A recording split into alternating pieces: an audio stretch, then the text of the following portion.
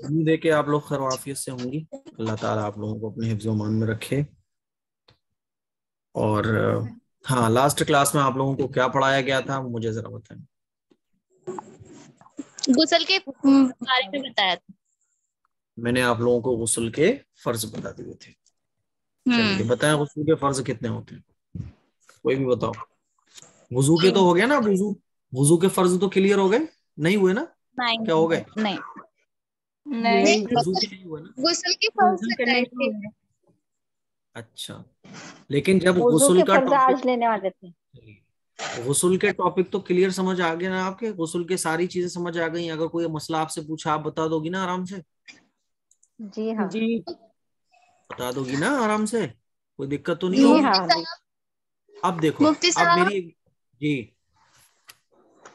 उस दिन ना हमारा ना डिस्कनेक्ट हो गया था, तो आप थोड़ा कोई सा बात नहीं, और बता देते तो। हाँ, कोई बात नहीं, अब दोबारा नहीं बताया जाएगा, वो वीडियो पड़ जाएगी यूट्यूब पे, तो आप उसको चाहे 50 बार देखना, 10 बार देखना या मत देखना, वो आपकी मर्जी है। ठीक है? अच्छा अच्छा ठीक है। देखो, अब जब गुस्ल का टॉपिक आप अच्छे से समझ गई, अब यही सारी चीजें आपको वुजू में भी अप्लाई करनी है। गुस्ल के टॉपिक समझ गए ना आप, कि गुस्ल के जो 3 फर्ज हैं, और कोई मसला अगर आपसे मालूम करे तो आपको क्या देखना है? आपको ये देखना है कि वो 3 फर्ज कंप्लीट हुए कि नहीं हुए। और वो 3 फर्ज अगर कंप्लीट हो गए, और इसी तरह से किसी भी इबादत के जो फर्ज होंगे अगर वो कंप्लीट हो जाते हैं, तो फिर वो इबादत कंप्लीट हो जाएगी। ठीक है? तो अब यही सारी चीजें आपको वुजू में भी अप्लाई करनी है। वुजू के फर्ज बताओ मुझे, कोई कितने फर्ज होते हैं वुजू के अंदर? जी अस्सलाम वालेकुम मुफ्ती साहब। वालेकुम अस्सलाम। 4 फर्ज होते हैं, 4 कौन कौन बदन से के होते हैं? दोनों हाथ धोना, कुली करना, नाक साफ करना, मसा करना, ठगनों जी समझ नहीं, पाए। जो देखिए, हर एक ना बताएं, जो कंफर्म हो जिनको वो बताएं। जी जिनको मैं कंफर्म हो कंफर्म हूँ। एकदम, जैसे सूरज निकल रहा होता है, आदमी बोलता है भाई सूरज निकला हुआ है गारंटी के साथ, ऐसे जिसको पता हो वो बताएं। जी मैं अस्सलाम कंफर्म हूँ। वालेकुम। सब चेहरा धोना मुफ्ती और साहब, पहला चेहरा धोना, दोनों हाथ कोहनियों तक धोना, मसा 1/4 सर का करना, और दोनों पैर टखने के साथ धोना। चलिए और बताएं कोई। जी चेहरा धोना, दोनों हाथ कोहनियों तक धोना, 1/4 सर का मसा करना और टखनों तक पैर धोना। चलिए शाबाश, बहुत अच्छी बात है। तो गुस्ल के कितने फर्ज हो गए? वो सॉरी, वो गुस्ल के तो 3 हो गए। वुजू के कितने फर्ज हो गए? पूरे 4 चेहरे का धोना, है ना? पूरा चेहरा किसको कहा जाएगा? पेशानी के बालों से, यानी जहां से हमारे बाल शुरू होते हैं, इसको कान के जहां लोल से हमारे बाल शुरू होते हैं, मेरी सुन लो आप, जहां से हमारे बाल शुरू होते हैं तो वो जगह पेशानी कहलाती है। किसी की पेशानी यहाँ से शुरू होगी, किसी के बाल आगे तक होते हैं, किसी के बिल्कुल यहाँ तक होते हैं ना। अब मेरे बाल यहाँ से शुरू हो रहे हैं तो मेरी पेशानी यहीं से कहलाएगी। ठीक है? तो अब जाहिर है चेहरा किसको कहा जाएगा? पूरे चेहरे को धोना, तो वो पेशानी के बालों से लेके थोड़ी के नीचे तक, और एक कान की लौ से दूसरे कान की लौ तक, ये पूरा जो है वो चेहरा कहलाता है। ये कान की लौ होती है, यहां से कान शुरू हो जाता है, कान की लौ तक, एक कान की लौ से दूसरे कान की लौ तक, ये जो लौ, ये जो दिख रही है ना, इसको लौ कहते हैं। तो यहां से कान शुरू हो जाता है, तो पूरे चेहरे का धो, ये वुजू का पहला फर्ज है। दूसरा फर्ज है वुजू का, कोहनियों समेत दोनों हाथ धो। आपके हाथ धुलना चाहिए कोहनियों समेत। कोहनियां हाथ के अंदर दाखिल है, यानी जब आप हाथ धो तो कोहनी भी धुलना चाहिए। नंबर 3, चौथाई सर का मसा करना। चौथाई किसको कहा जाता है? बहुत सारे लोग चौथाई जानते ही नहीं है कि चौथाई किसको कहा जाता है। तो चौथाई कहा जाता है, ये जो सर है हमारा, इस सर के 4 हिस्से कर दिए जाएं। चौथाई 1/4, है ना? तिहाई 1/3। तो 4 हिस्से करने के बाद जो एक हिस्सा बनेगा उसको कहा जाता है चौथाई। तो इस सर के 4 हिस्से किए जाएं तो चौथाई बनता है इतना, ये इतना बनेगा, ये 4 उंगल ये बनेगा। तो इतना सर का मसा करना ये क्या है? फर्ज है। और पूरे सर का जो हम लोग मसा करते हैं ये क्या है? ये मसनून है, ठीक है। तो चौथाई सर का मसा करना ये फर्ज है। नंबर 4, दोनों पैर टखनों समेत धोना, यानी टखने भी धुलना चाहिए। कोई किसी के अगर टखने नहीं धुले, पैर तो धुल गए लेकिन टखने नहीं धुले, तो वुजू नहीं होगा। तो ये वुजू के 4 फर्ज हो गए। नंबर 1, पूरे चेहरे का धोना। नंबर 2, दोनों हाथ कोहनियों समेत धोना। नंबर 3, चौथाई सर का मसाह करना। नंबर 4, दोनों पांव टखनों समेत धोना। अब आप लोगों ने जब ये बात मेरी अच्छे तरीके से समझ ली, तो अब मुझे बार बार जो गुस्ल में मैंने चीजें रिपीट की थी, बार बार आप लोगों को समझाया था, अपना सर फोड़ा था आप लोगों के साथ मिलके, और सर इसलिए फोड़ा था ताकि आप लोगों को गुस्ल की सारी चीजें एक बार समझ आ जाएं। तो वही सारी चीजें जो आपने गुस्ल में समझी हैं वो हर जगह अप्लाई होंगी, वुजू में भी अप्लाई होंगी, नमाज में भी अप्लाई होंगी, रोजे में, हज में, है ना, और जितनी भी इबादतें हैं उनकी जो फर्ज वाली चीजें हैं सब जगह वही सारी चीजें अप्लाई होंगी। माइक अपना अपना ऑफ कर दें, अपना माइक ऑफ कर दें। बीच बीच में आवाज आ जाती है, किसी का बच्चा चीख रहा होता है, किसी के हस्बैंड कह रहे होते हैं क्या बात है आवाज क्यों नहीं आ रही, तो सारी चीजें फिर हम लोग सुन रहे होते हैं यहाँ बैठे हुए, आपकी पर्सनल बात है। इसीलिए अपनी बातें जो है ना वो प्राइवेट रखें, हमें सुनाई नहीं पड़ना चाहिए। पता चले कि कोई खातून बैठ के कह रही हूँ कि मैंने वो मंगवाया था, गुलाब जामुन मंगाया था, ले आए आप, फैमिली से छुपा कर लाए हो कि नहीं लाए हो? हाँ हाँ छुपा के लाए हो। ऐसा नहीं होना चाहिए। पता चले आप क्या बात कर रही हैं घर पे, वो सारी आ जाए। आजकल एक बड़ा चक्कर ये भी चल रहा है कि जितनी भी आजकल की जो लड़कियां हैं ना, तो वो शादी के बाद जो है ना, पता नहीं क्या मिजाज हो गया है लड़कियों का आजकल के मतलब ससुराल से छिपकर चीज आना चाहिए, ससुराल से छिपकर चीज आना चाहिए। बाज दफा तो ससुराल वाले खराब होते हैं, लेकिन जहां ससुराल वाले खराब नहीं होते ना, तो वहां पे भी होता है। खैर मैं कहाँ से कहाँ पहुंच गया, एक अलग टॉपिक है। ये चीज मुझे असल में इसलिए याद आई कि काफी दिन पहले एक साहब जिनसे थोड़ा सा सलाम दुआ है, तो एक जगह मैं भी सामान ले रहा था, वो भी ले रहे थे। तो उन्होंने जो सामान लिया तो उन्होंने कहा भाई जरा इसको थोड़ा सा बुरी सी, उन्होंने कहा कि इसको जरा कोई फटी पुरानी थैली पड़ी हो, पॉलिथीन पड़ी हो, उसमें रख दो इसको। तो मैंने उनसे कहा कि भाई फटी पुरानी पॉलिथीन पड़ी हो इससे क्या मतलब है? बोले मुफ्ती साहब बस बस कुछ नहीं मुफ्ती साहब कुछ नहीं। तो मैंने कहा नहीं आप शेयर कर सकते हैं मुझसे अगर कोई प्रॉब्लम है, ऐसी क्या वजह रही? भाई आप मान लीजिए गुलाब जामुन ले रहे हैं, पेस्ट्री ले रहे हैं, या कोई और भी चीज भी ले रहे हैं, तो ये क्या सीन है कि मतलब एक पॉलिथीन घटिया सी हो उसमें रख दो? मेरे समझ नहीं आया। तो बोले मुफ्ती साहब, अब आप मुफ्ती साहब हैं तो मैं आप लोग आपसे शेयर कर दे रहा हूँ, शायद आप मेरी प्रॉब्लम का सॉल्यूशन निकाल दे। दिक्कत ये है कि एक तो मेरी बीवी सबके साथ मिलकर नहीं खाना चाहती, और दूसरी दिक्कत ये है कि अगर मैं सबके साथ उसे खिलाना भी चाहूं तो फिर वो मेरी बात नहीं मानती। उसको कुछ चीजें बिल्कुल ऐसी चाहिए, खास रोजाना चाहिए, डिमांड है उसकी, फुला है। बहरहाल उन्होंने बोला मेरी घर की प्रॉब्लम है, मैं ये चीज अगर ले जाऊंगा और सब लोग देख लेंगे तो मेरे लिए प्रॉब्लम हो जाएगी, इसीलिए मैं इसको ऐसे ले जाता हूँ जैसे घर वाले समझे कि कोई बिल्कुल ही घटिया सामान होगा। तो मैंने कहा अच्छा ऐसा भी होता है? मैंने कहा बड़े अफसोस की बात है। मैंने कहा भाई समझाओ अपनी बीवी को कि ऐसा ना करें। वो बोले नहीं वो समझती नहीं है। तो वो मुझसे बोलने लगे कि बाहर जाता हूँ मैं तो उसमें भी ये रहता है कि भाई मैं तो फैमिली को लेके जाता हूँ, तो मेरी बीवी की डिमांड ये रहती है कि आप तो मुझे कभी अकेले लेकर ही नहीं जाते कहीं, है ना। होता है ना ऐसा, आप लोग तो सभी जानती हो, कोई बताने की जरूरत नहीं है कि हस्बैंड अगर पूरी फैमिली को लेके जा रहा है, यानी अपनी अम्मी अब्बू को भी साथ लेके जा रहा है, या अपने फैमिली फैमिली को साथ लेके जा रहा है, बीवी को भी लेके जा रहा है, बीवी के साथ साथ पूरी फैमिली को भी लेके जा रहा है, तो क्या होता है कि आजकल की जो लड़कियां हैं उनको कराहत होती है कि अरे यार मेरे साथ अकेले जाना चाहिए था, फैमिली को क्यों लेके जा रहा है? मुफ्ती साहब मैं तो ऐसी नहीं हूँ। नहीं मैं एक जनरल बात बता रहा हूँ। तो मैं ऐसी लड़कियों से वो कहता हूँ कि अच्छा ये बताओ कि तुम अपने हस्बैंड के साथ भी अगर कहीं जाओगी, और आजकल जो हमारे इंडिया का माहौल है, आप अपने हस्बैंड के साथ भी अगर कहीं जाओगी, तो आप मान लीजिए किसी रेस्टोरेंट में खाना खाओगे अपने हस्बैंड के साथ, तो जिस टेबल पर बैठ के आप खाना खाओगी तो वहां पे भी तो आप अकेले नहीं हो, वहां तो और गैर लोग हैं जो आसपास बैठे हुए हैं। अब इधर उन गैर लोगों के बजाय आपके बराबर वाली टेबल पर आपकी फैमिली के दूसरे लोग मौजूद हो, तो इसमें तो और सिक्योर हो आप, और इसमें अच्छा है कि गैरों के बजाय आपके आसपास आपके अपने लोग हैं। मैंने कहा इसमें प्रॉब्लम क्या है? अब देखो तो ये सारी चीजें प्रॉब्लम है, और अगर आप इसको अपना समझो तो ये सारी चीजें आपके लिए मोहब्बत है। ये आपके नजरिए पर डिपेंड करता है। हाँ, अगर वाकई ससुराल वाले ऐसे हो जो लूटने वाले हो, और आपके हस्बैंड की इनकम इतनी ना हो, और हस्बैंड की इनकम तो खूब है लेकिन ससुराल वाले लूटने वाले हैं, तो वो एक अलग चीज है। बहरहाल वो अलग चीज है, लेकिन फिर भी उसमें ये नहीं होना चाहिए जैसे आजकल चल रहा है। ऐसी मेरे पास बहुत सारी शिकायतें आती रहती हैं।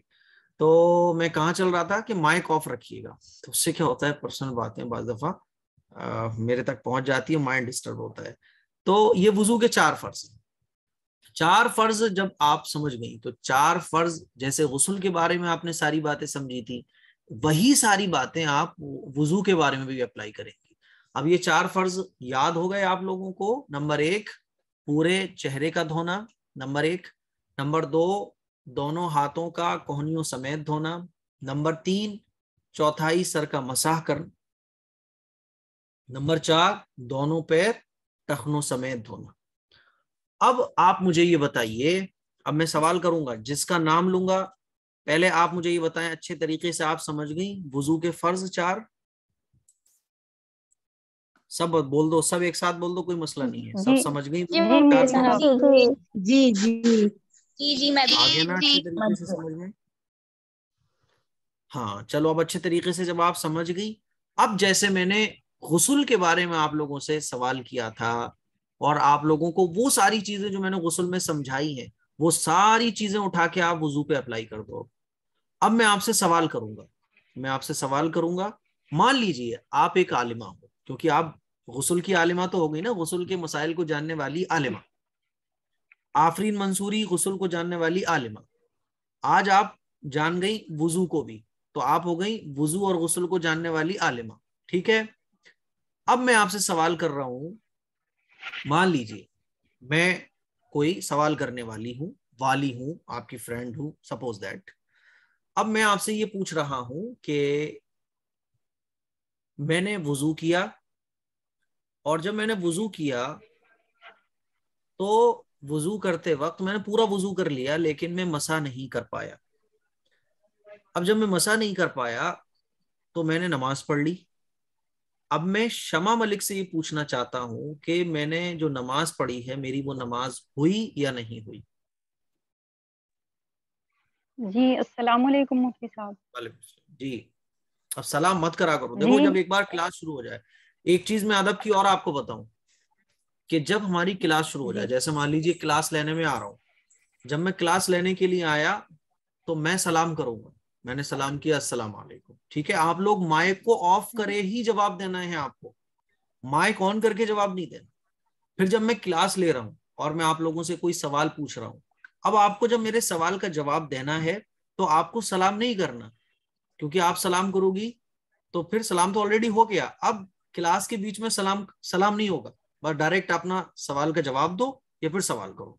ठीक है, जी इसी ठीक तरह है। से जी ठीक कोई है। मजलिस हो बहुत बड़ी, मान लीजिए आपके घर में कोई बड़ा प्रोग्राम हो रहा है, 10 लोग बैठे हुए थे उस कमरे में, आपने एंटर किया, तो अब आपको अलग अलग सबसे सलाम नहीं करना, आपको उस मजलिस में जाके अस्सलाम वालेकुम वरहमतुल्लाहि वबरकातुहू सलाम करना है। सब लोग बैठे हुए हैं, जवाब दे देंगे, एक एक करके अलग से सलाम नहीं करना। ये सलाम का जी अदब है, और यही क्लास का अदब है, चाहे ऑफलाइन क्लास हो चाहे ऑनलाइन क्लास हो। चलिए जवाब दें अब आप। जी नमाज नहीं हुई। नमाज नहीं हुई? क्यों नहीं हुई जी नमाज? क्योंकि फर्ज पूरा नहीं हुआ। चौथाई सर का मसा छूट गया, फर्ज छूट गया, तो इसलिए नमाज नहीं हुई, न वजू हुआ। बहुत अच्छा, शाबाश, बहुत अच्छा इन्होंने आंसर दिया है, बहुत अच्छा, बिल्कुल एकदम करेक्ट आंसर है आपका। अब मैं सवाल ये पूछता हूँ, मान लीजिए कोई खातून है और वो काम वगैरह कर रही थी, और अचानक से जो है ना उनको गर्मी लगी, नमाज का टाइम हुआ, अजान की आवाज उनके कानों में आई, फटाक से वो जल्दी से उन्होंने नल खोला, और नल खोलने के बाद चेहरा धोया, चेहरा धोने के बाद उन्होंने जो है वो हाथ धोए, हाथ धोने के बाद उन्होंने सर का मसा कर लिया, मसा करने के बाद पैर धो लिए, और आई वो, तो उनकी अम्मी ने ये कहा उनसे कि अरे तुमने कुल्ली वगैरह नहीं की, नाक में पानी नहीं डाला, और तुमने पूरे सर का मसा नहीं किया, तो अब वो मान लीजिए शाहीना खातून से वो पूछती हैं कि मैं नमाज पढ़ लूं या दोबारा वुजू करके आऊं। शाहीना खातून जवाब दे।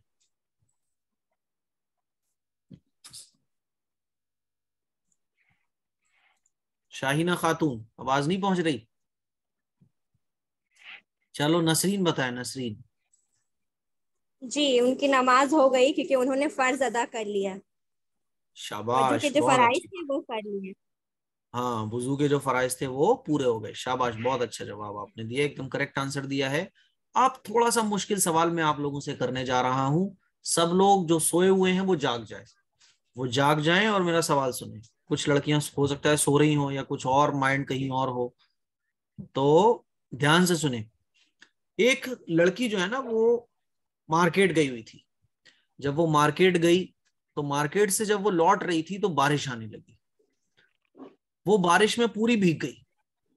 जब वो घर आई तो अम्मी ने कहा जाके जाओ छत पे से कपड़े ले आओ। वो छत पर गई तो बारिश बहुत तगड़ी आ रही थी। अम्मी ने कहा कि नहीं, कपड़े लेके आना है, चाहे कुछ हो जाए, भीगो भीग जाओ, वैसे भी तुम भीगी हुई हो, होता है ना सब कभी कभी। अब वो लड़की छत पे जाती है, छत पे वो पूरी भीग जाती है। अब उसका चेहरा भी पूरा भीगा हुआ और उसके हाथ भी भीग गए और सर तो जाहिर है जब आदमी बारिश में तो पूरे भीग जाता है ना। अब वो नीचे आई और उसने अब जो है मान लीजिए सदफ से पूछा कि अरे सदफ बहन जरा ये बताओ, मैं नमाज पढ़ना चाह रही हूँ तो वुजू करके आना होगा या ऐसे ही नमाज पढ़ लूं मैं? बताइए सदफ।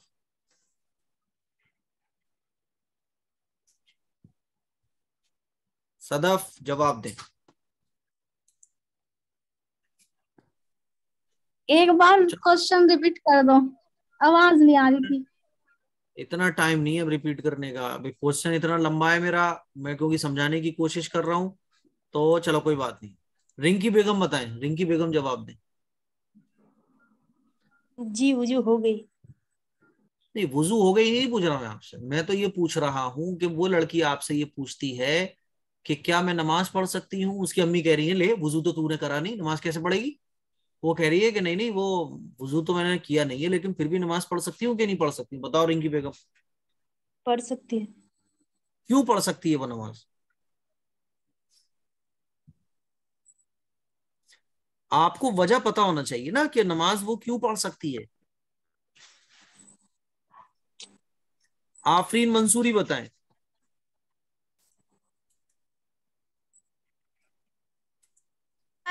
हेलो।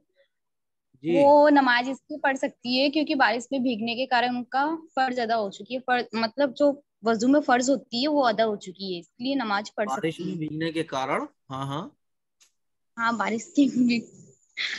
हाँ हाँ अच्छा, हाँ जी, तो उनकी वो रिपोर्टर बनना, वजू न्यूज हो रिपोर्टर चुकी है, बनना फर्ज चाहती हैं अदा हो आप? चुकी है। आप न्यूज क्या? रिपोर्टर बनना चाहती हैं? नहीं। नहीं, मुझे लग रहा है ऐसा कि शायद आपकी डिजायर्स जो हैं वो एक एंकर बनने की हो शायद, क्योंकि मुझे ऐसा फील जी हुआ नहीं, कि मैं तो मैं आपकी बारिश होने वीडियो के कारण देखती जो है। रहती हूँ। मैं तो आपकी सारी पूरा वीडियो जवाब अगर देखती आप रहती दें हूँ ठीक मेरे से तो दे सकती हैं। हाँ, बारिश होने के कारण चूंकि वो भीग गई थी और वो लड़की आई बड़ी स्पीड में छत पे पहुंची और वो भीग चुकी थी, और बारिश होने के कारण उसका चेहरा भी धुल गया था, उसके हाथ भी धुल गए थे, मसा भी हो गया था और पैर भी धुल गए। इसीलिए हमें ये कहना पड़ रहा है कि उसका वुजू हो गया था और उसकी नमाज हो गई थी। और आपका जवाब बिल्कुल ठीक है। शाबाश, बहुत थैंक अच्छी यू। बात है। मुझे बहुत अच्छा लगा, माशाल्लाह आपने इस टॉपिक को समझा है। अल्लाह ताला आप लोगों के इल्म में मैं बरकत अता फरमाए। चलो अच्छा, मैं मैं एक आपकी सवाल और सारी पूछता हूँ। एक सवाल और मैं आप लोगों से पूछ रहा हूँ। हालांकि ये सारी चीजें पता है आपको, पिछला जो बैच है, एक दूसरा 3 मंथ का बैच चल रहा है, उसमें भी मैं ये सारी चीजें पढ़ा चुका हूँ। क्योंकि मेरी ये कोशिश है कि चाहे इसमें हमें 15-20 दिन लग जाए, लेकिन ये जो फर्ज फर्ज वाले टॉपिक हैं, मेन टॉपिक है, जिन पे हमारी फर्ज इबादतें डिपेंड करती हैं, अगर ये फर्ज के टॉपिक हमारे क्लियर हो गए तो फिर क्या है कि हमारी इबादतें क्लियर हो जाएंगी। कल को आपकी अम्मी आपसे मसला पूछने लगी और आप अपनी अम्मी को जवाब ना दे पाओ, तो वो कहेंगे लो साहब, मुफ्ती AM कासमी साहब वैसे तो बड़ी डींगे मारते हैं कि हम साहब यूं पढ़ाते हैं, यूं करते हैं, वो करते हैं, और ये लड़कियों ने 1-1 घंटे क्लास लेने के बाद एक मसले का जवाब तो दे नहीं पा रही हैं।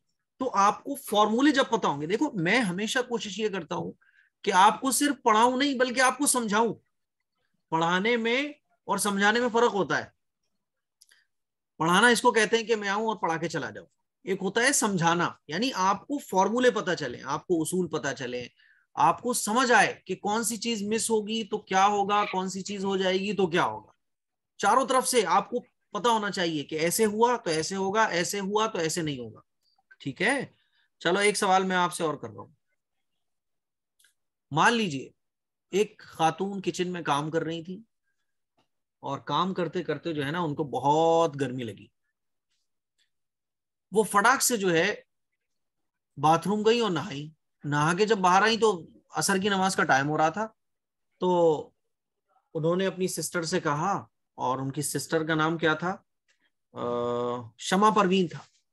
उन्होंने अपनी सिस्टर शमा परवीन से कहा कि मैं नमाज पढ़ने जा रही हूँ। तो अम्मी कहने लगी शमा परवीन की, ले नमाज कैसे पढ़ेगी, वुजू तो तू करके नहीं आई, बगैर वुजू के नमाज कैसे पढ़ेगी।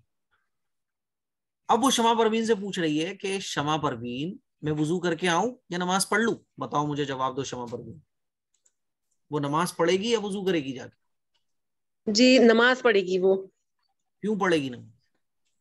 क्योंकि उन्होंने गुसल किया ना उसमें, तो उन फराइज अदा हो गए उनके। नहीं तो उन्होंने वुजू कहाँ किया, वुजू थोड़ी ना किया था उन्होंने।